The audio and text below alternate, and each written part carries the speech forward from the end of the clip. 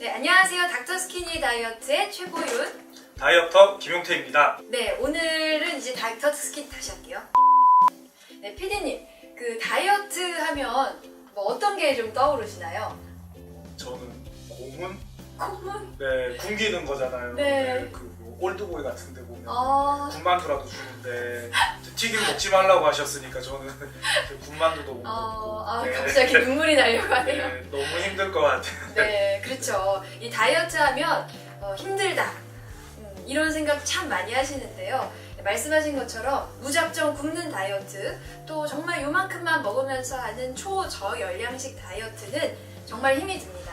그러니까 힘이 들어서 오래 하지 못하고 요요 현상이 오게 마련인 거죠. 자, 그런데 닥터스키니 다이어트는 힘들이지 않게 그리고 요요 현상 없게 다이어트하는 방법을 알려드릴 겁니다. 자, 그러기 위해서는 다이어트에 좀 플랜을 세워야 하는데요.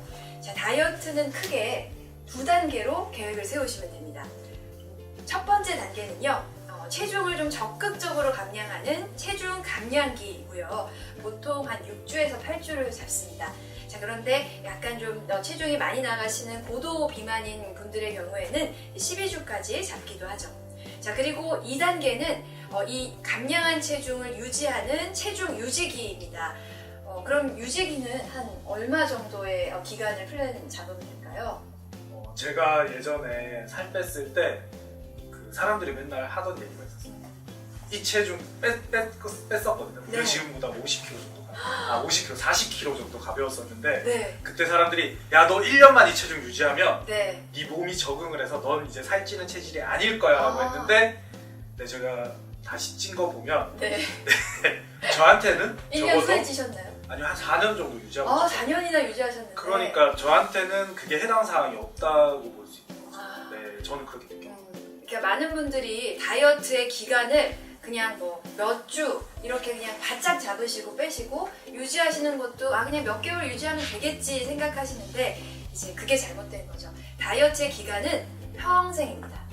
평생. 네. 그러니까 감량기는 한 2달 정도로 짧게 잡으시고 바짝 빼시는 거고요. 유지 기간은 이제 평생. 다이어트는 평생 하시는 거란 말씀이죠. 선생님, 네. 지난주랑 말씀을 지난주에 12주만 하고 그거는 네. 감량기에 말씀드린 거죠. 네. 유지기에는 또 달라져야죠. 네. 네. 감량기에는 그렇게 우리가 1200칼로리 먹으면서 좀 이렇게 힘들게 하는 거고요. 그 이후에는 이제 플랜이 좀 달라집니다. 자, 이렇게 다이어트는 평생 하는 거기 때문에 그 평생 하는 다이어트를 좀 힘들이지 않고 효율적으로 하기 위해서는 이 다이어트의 단계마다, 다이어트 시기마다 조금씩 이 계획이 달라져야 하는데요. 다음 슬라이드 주시죠. 다음. 네.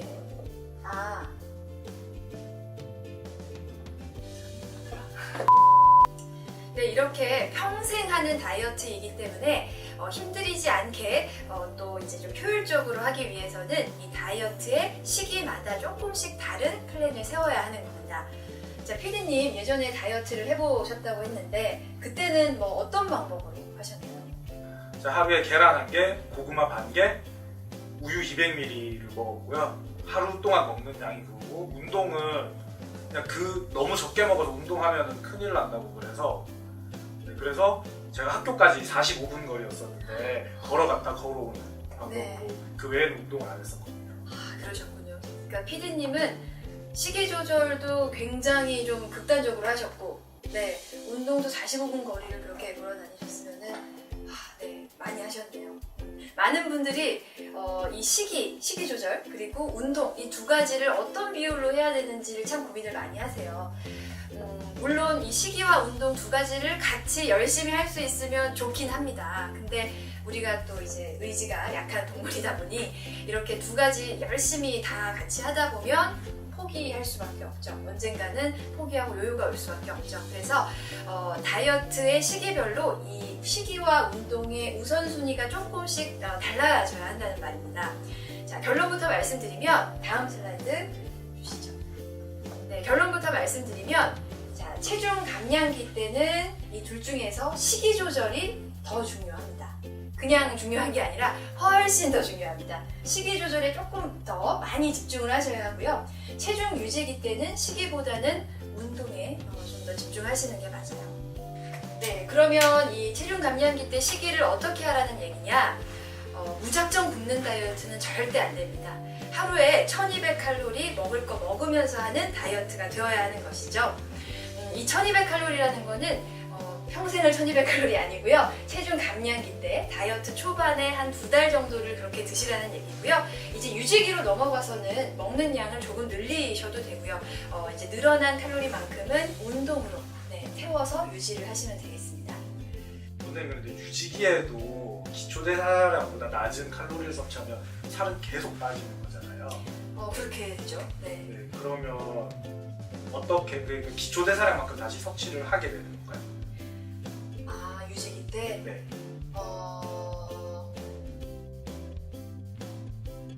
그럼 2,400을 드시겠다는 말씀이죠? 먹어야 되는 거지.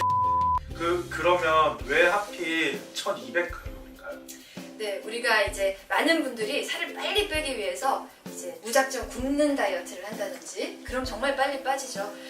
그리고 아까 이제 PD님이 예전에 하셨던 방법, 계란 하나에 우유 한 잔, 그다음에 고구마 하나면은 480칼로리밖에 안 됩니다. 고구마 반 개. 고구마 반 개요? 네. 그럼 380칼로리밖에 안 되거든요. 그러면은 하루에 500도 안 먹는 건데 그렇게 되면 결국은 포기하고 이제 요요 현상이 올 수밖에 없죠. 그래서 그리고 또 그때 면역력도 많이 떨어지셔서 좀 막 탈모도 일어나고 그랬다고 말씀하셨잖아요. 아, 네. 그때 네. 제가 되게 특이한 경험이었어요. 그때 그래서 일본 갔다 왔었는데 네. 일본 갔다 왔었는데 공항에서 잡혔거든요. 왜요?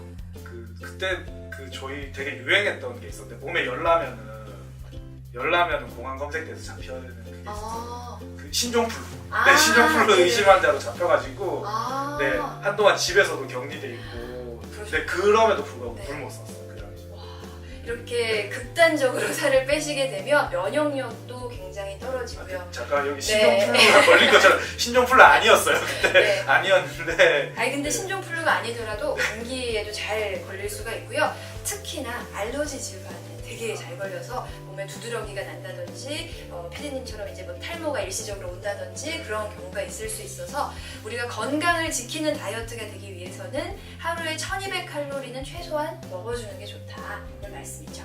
그러면 그 1200칼로리를 저같이 한 끼에 1200칼로리 먹던 사람은 그 먹던 걸 그냥 세 등분해서 먹으라는 말씀은 아니신 거잖아요. 아, 그렇죠. 이 하루에 어떻게 배분을 해서 1200칼로리를 먹는지 제가 다음 슬라이드에서 네, 하루에 1200칼로리를 어떻게 배분해서 먹느냐 방법은 여러 가지가 있을 텐데요. 일단 개념만 잡아드릴게요. 아침, 점심, 저녁을 다 드셔야 합니다. 걸으시면 안 돼요. 걸으면 폭식으로 이어질 수 있기 때문에 아침, 점심, 저녁 다 챙겨 드시고요. 한 끼에 보통 한 300칼로리 정도 드신다는 보시면 돼요. 그럼 벌써 900칼로리. 그리고 이 사이사이에 간식을 드실 수 있는데 간식을 이제 아침, 점심 사이, 점심, 저녁 사이에 드실 수 있고요. 간식은 한 150칼로리 정도. 바나나나 두유 150칼로리가 안 되죠. 이런 것들로 간식을 드시면 1200칼로리가 됩니다. 근데 간식을 드시고 싶지 않은 분은 굳이 안 드셔도 되고요. 또 아침을 많이 먹기 싫다고 하시는 분은 다음 슬라이드. 네, 아침을 좀 적게 먹고 점심 많이 드시면 되죠. 또 간식을 먹기 싫으신 분은 점심하고 아침을 조금 더 늘리실 수도 있습니다. 중요한 건 한 끼에 먹는 칼로리가 500칼로리는 넘지 않도록 한 300~400대를 유지하시는 게 좋겠고요. 그리고 아침, 점심, 저녁을 점심을 제일 많이 먹는 게 좋아요. 저녁을 좀 조금 드시고 그런 식으로 배분을 하시면 될 것 같습니다. 원장님은 한 끼에 조금만 먹어야 된다는 건 늘어나는 위 때문인 건가요?